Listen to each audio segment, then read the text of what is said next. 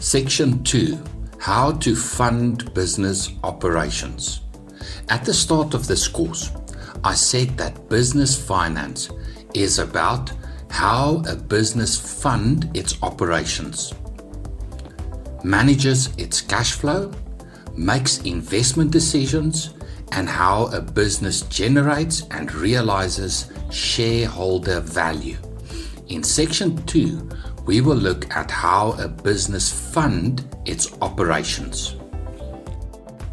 Let's start by talking about what is meant by operations. Operations have to do with the processes in the business, primarily with the processes employed to produce products or deliver services, but also with ancillary processes that indirectly support the production or delivery efforts. For the machine that is your business to operate, you need people, processes, and policies. People, the who of getting things done. Processes, the how of getting things done. And policies, the rules that must be followed in the processes by all concerned. For people to do the work, they need equipment, tools, machinery, and in some cases, vehicles. Funding business operations has to do with funding operational assets. What we are not talking about here is funding for procurement of stock, materials, components, or consumables, funding for business expenses, funding to fulfill a purchase order, or funding for the acquisition of business assets. We will return to these business needs a bit later. In Section 2, we are going to look at 4 alternative funding methods for operational assets: business capital, a bank loan, leasing or asset finance, and a pure rental. Business capital. Earlier, we looked at how a business is capitalized, either by way of investor equity or a shareholder loan. But a business can also build up its own capital in the form of retained earnings. To understand more about how a business grows its capital, we need to delve a little bit into the world of accounting. The profit and loss statement, also called the income statement, looks like this: sales minus cost of sales equals gross profit minus expenses consisting of fixed expenses and variable expenses equals operating profit or loss. Add interest income or deduct expenses, investment income, and you arrive at net profit before tax, minus tax, and finally we arrive at net profit after tax. What does a business do with its net profit? The business can distribute all or some of its net profit to shareholders by way of dividends, or invest in assets, or retain its earnings as cash reserves, or deploy some of its capital in operational assets. Let us now consider the pros and cons of using business capital to fund the acquisition of operational assets. Pros: invest in productive assets. Money or cash reserves in the business bank account is unlikely to generate an inflation-beating return. Remember our earlier discussion about the need for a real return on investment. As a savvy business owner and first investor in your business, you can deploy capital to acquire operational assets to produce products and increase profits. Independence. When you use your own capital to acquire operational assets, you are the captain of your own ship. And you can decide when to acquire or dispose of any asset and how you might use the asset in your business. You need not comply with any prescriptions that a financier may impose on your business when you finance an asset. Tax relief. The tax authorities in most jurisdictions will allow a tax deduction on the depreciation of operational assets. Operational assets by nature lose value, depreciate in monetary terms. Let's now look at the cons. Reduce capital reserves. It's highly recommended that a business retain some level of cash reserves as an emergency fund. By investing capital in operational assets, the business manager reduces cash reserves that may be used in times of crisis. Impact on working capital. Certain types of businesses rely on working capital to fund trade activities. A wholesale business may use a substantial amount of capital to acquire stock for resale. It's much harder and much more expensive to finance trading activities than to finance the acquisition of operational assets. We will get back to this topic in a minute. Disposal costs of used assets. Information technology type of assets become outdated within a few years. A good business manager does not want to end up with a storeroom full of useless, no-value equipment that must then be disposed of at a cost. Leasing assets may be an alternative method of funding operational assets. We will get back to this topic in a minute. A bank loan. Next, we consider a bank loan as a method of funding business operations. Bank finance may be secured from a commercial bank or a private financier. Bank loans can be categorized into two types: an unsecured business loan, which is not the topic of this current discussion. We will get back to unsecured business loans later, and asset finance, the topic of our current discussion. What does the mechanics of a bank loan look like? A bank provides capital for the acquisition of an asset, let's say a vehicle, over a specified term at a fixed or variable rate of finance.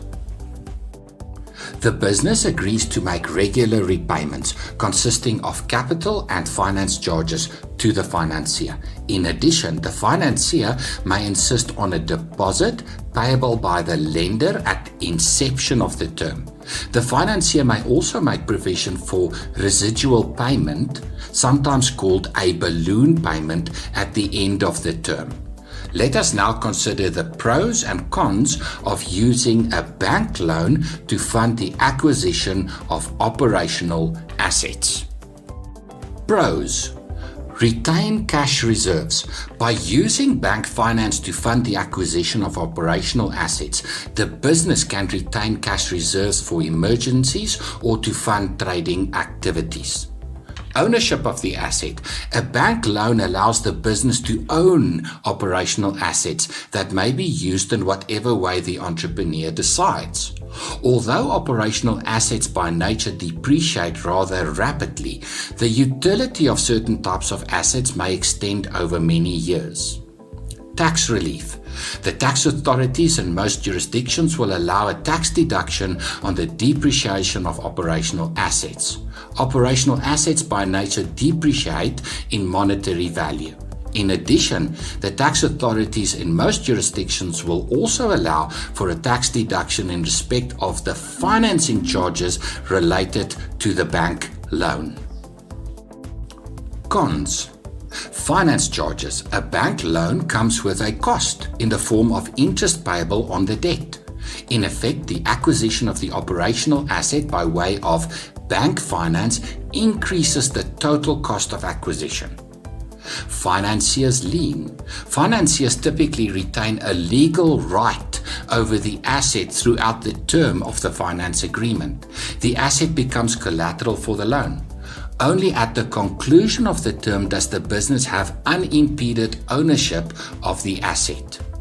Conditions of finance. Financiers may impose certain conditions, including a requirement that the asset must be comprehensively insured, that the business pays for a maintenance contract and/or extended warranty, and in certain circumstances, financiers may exclude certain brands or makes of product. Leasing. Leasing is a form of asset finance. The terminology that financiers use for this type of financing solution differs widely and causes much confusion. Sometimes financiers will refer to a lease as a rental or a finance lease. Then there's also a different type of leasing arrangement called a capital lease. In essence, what happens with a lease is the following. A business needs an operational asset, let's say a vehicle. The financier agrees to acquire the vehicle on its own balance sheet. So take note, the financier owns the asset. The financier then makes the asset available to the business by way of a financial product called a lease agreement, which obligates the lender to make regular lease repayments over the term of the lease agreement.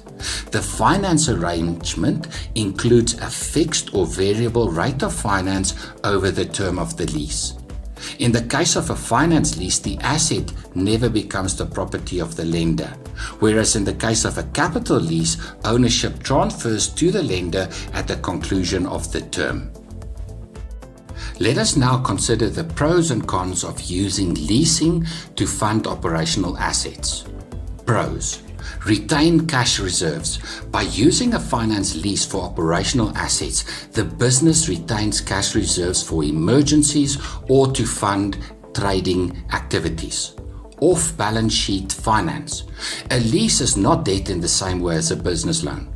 Consequently, entering into a lease agreement will likely have less of an effect on the business's other credit lines. Recently, international standards of audit reporting require businesses to reflect a lease obligation on its balance sheet. Tax relief. In most jurisdictions, the entire regular lease repayment qualifies as an expense and therefore as a tax deduction. Cons. Finance charges. Leasing comes with a cost in the form of interest payable to the financier. Conditions of finance. Financiers may impose certain conditions, including a requirement that the asset must be comprehensively insured, that the business pays for a maintenance contract and/or extended warranty, and in certain circumstances, financiers may exclude certain brands or makes of product. Ownership. In the case of a finance lease, the financier retains ownership of the asset.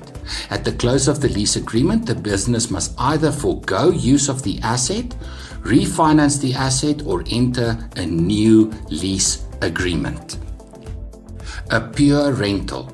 I include the option of a pure rental of operational assets, even though this is not a finance option. However, a pure rental is a valid alternative for businesses that cannot secure a financing solution for whatever reasons, or for a business where an operational asset is required for a short period of time.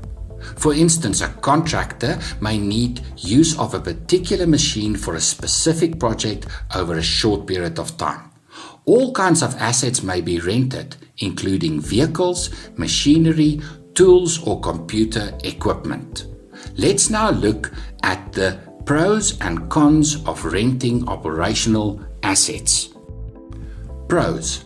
Retain cash reserves. By renting operational assets, the business retains cash reserves for emergencies or to fund trading activities. Save cost of ownership. The business renting the equipment need not insure or maintain the assets. No impact on credit lines.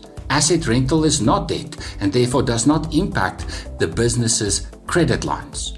Tax relief. In most jurisdictions, the entire rental charge qualifies as an expense and is therefore a tax deduction. Cons.